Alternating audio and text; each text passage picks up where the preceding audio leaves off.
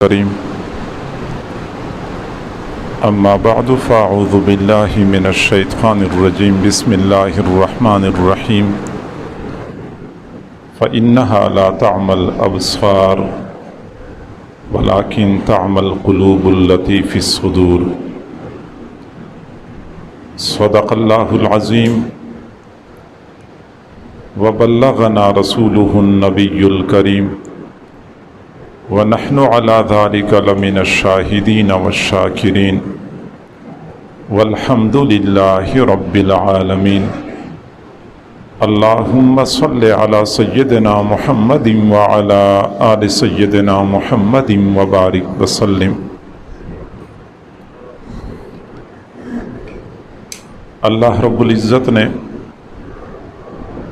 اپنی قدرت کاملہ سے انسان کو پیدا فرمایا اور اپنی حکمت کاملہ سے انتہائی قیمتی اعضاء سے نوازا۔ انسان کا ہر عضو، ہر اندام اپنی جگہ پہ بے مثل اور بے مثال ہے، تاہم اللہ تعالیٰ نے انسان کے سینے میں گوشت کا ایک لوتھڑا فٹ کر دیا ہے جسے ہم دل کہتے ہیں۔ قدر و قیمت کے اعتبار سے تمام اعضاء پر فوقیت اور برتری رکھتا ہے،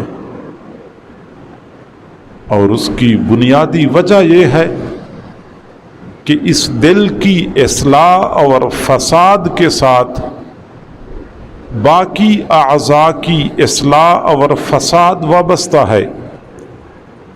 حضور صلی اللہ علیہ وسلم نے بہت واضح انداز میں ارشاد فرمایا، الا ان فی جسد بنی آدم لمضغہ، سنو انسانی جسم میں گوشت کا ایک لوتھڑا ہے، اذا صلحت صلح الجسد کلہ، جب یہ ٹھیک ہو جاتا ہے تو پورا جسم ٹھیک ہو جاتا ہے، وَإِذَا فَسَدَتْ فَسَدَ الْجَسَدُ كُلُّهُ، جب یہ بگڑ جاتا ہے تو پورا جسم بگڑ جاتا ہے۔ الا وَهِيَ الْقَلْبُ، سنو وہ انسان کا دل ہے۔ دل کے بگاڑ ہی سے بگڑتا ہے آدمی، دل کے بگاڑ ہی سے بگڑتا ہے آدمی، جس نے اسے سنوار لیا وہ سنور گیا۔ تو دل کی اصلاح کے ساتھ پورے جسم کی اصلاح وابستہ ہے، اور یہی وجہ ہے کہ حضرات انبیاء کرام تشریف لائے، انہوں نے لوگوں کے دلوں کو محنت کا میدان بنایا، لوگوں کے دلوں پر محنت کر لی، لوگوں کے دلوں کو بدل کے رکھ دیا۔ حقیقت یہ ہے کہ اگر دل بدل جاتا ہے تو پھر آنکھوں کا دیکھنا درست ہو جاتا ہے، زبان کا بولنا ٹھیک ہو جاتا ہے، کانوں کا سننا صحیح ہو جاتا ہے، سر کے بالوں سے لے کر پاؤں کے ناخنوں تک پورا جسم درست ہو جاتا ہے۔